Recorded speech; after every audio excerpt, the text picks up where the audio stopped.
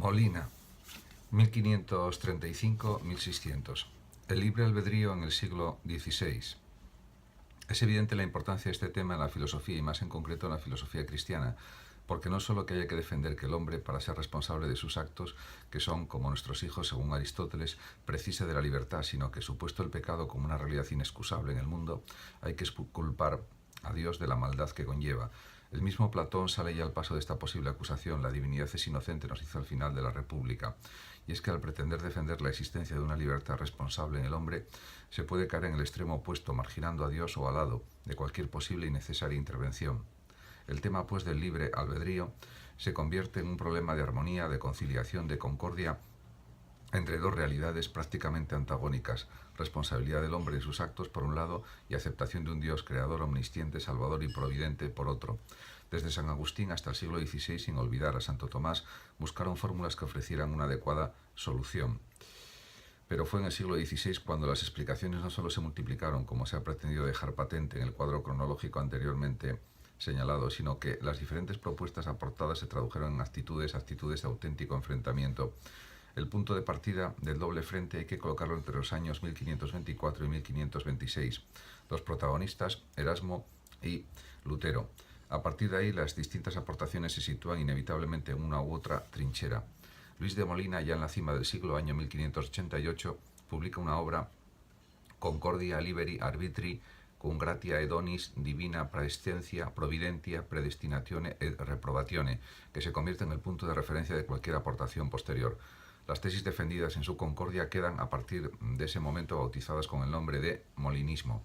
Su planteamiento, no obstante ser el teólogo y no obviar los problemas que le presenta el dogma y la revelación, es absolutamente filosófico, de razón.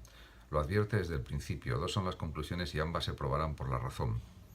Así se lo hace ver al mismo Lutero, cuyo error no solo se opone a la fe católica, sino a la propia luz natural y a la verdadera filosofía.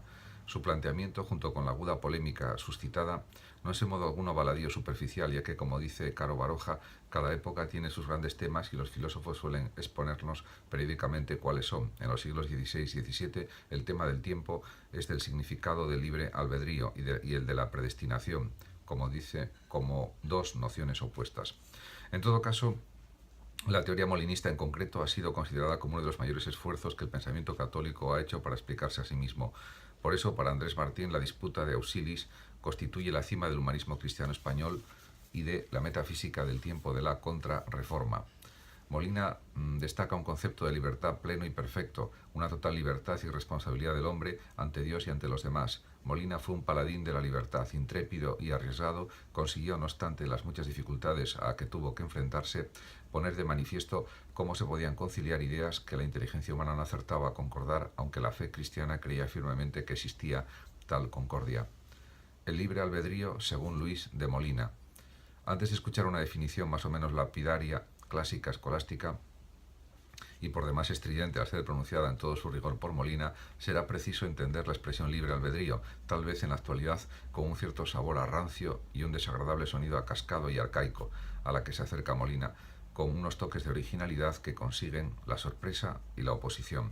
A continuación será preciso descubrir y describir las notas esenciales que lo constituyen, para así disponer de todos los elementos que puedan integrar una auténtica definición.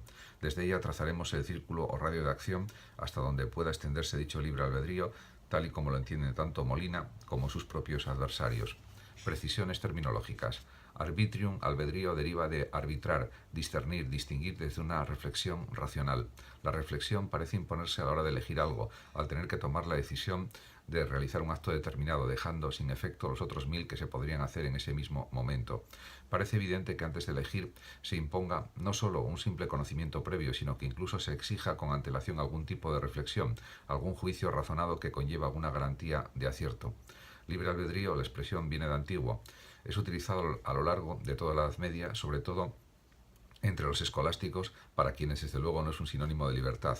El libre albedrío es más profundo que la libertad, es la raíz de la que arranca.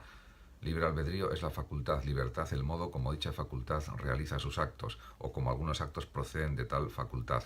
Para San Agustín, el libre albedrío es constitutivo del hombre, y en cuanto tal, por lo que Dios puede arrebatárselo, y consiste en poder elegir entre el bien y el mal en el terreno moral. Libertad es el estado en que se encuentra el hombre cuando al recibir la gracia, su libre albedrío natural se ve potenciado para poder realizar actos meritorios en orden a la salvación.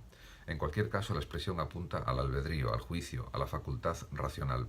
Es la obsesión no disimulada por definir al hombre como animal racional, por suponer siempre que es la razón lo diferenciador específico del hombre, el Homo sapiens. Por eso, desde Aristóteles se pone de relieve el aspecto de la deliberación a la hora de tomar una decisión, a la hora de elegir.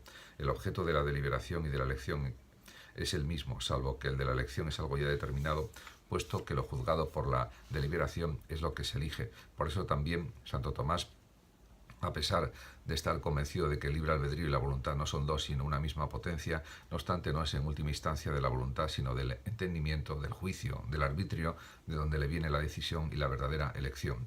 Matices.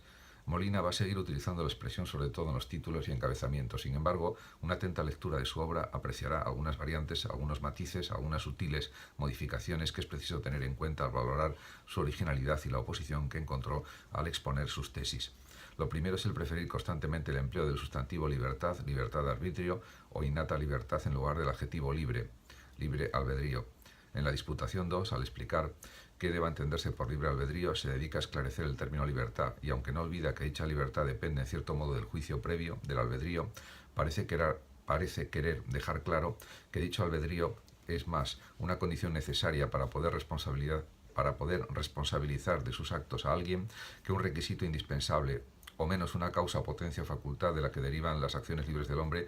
Por eso niños y locos, aunque puedan realizar actos como auténticos agentes libres, no obstante, por carecer de arbitrio adecuado, no son juzgados dignos de premio ni de castigo por tales actos. Es más, aunque sea cierto que se precisa del juicio del arbitrio, pero no se exagere, basta con tener conocimiento, conciencia del acto, pero no es necesaria una reflexión excesiva como parece que exigen muchos.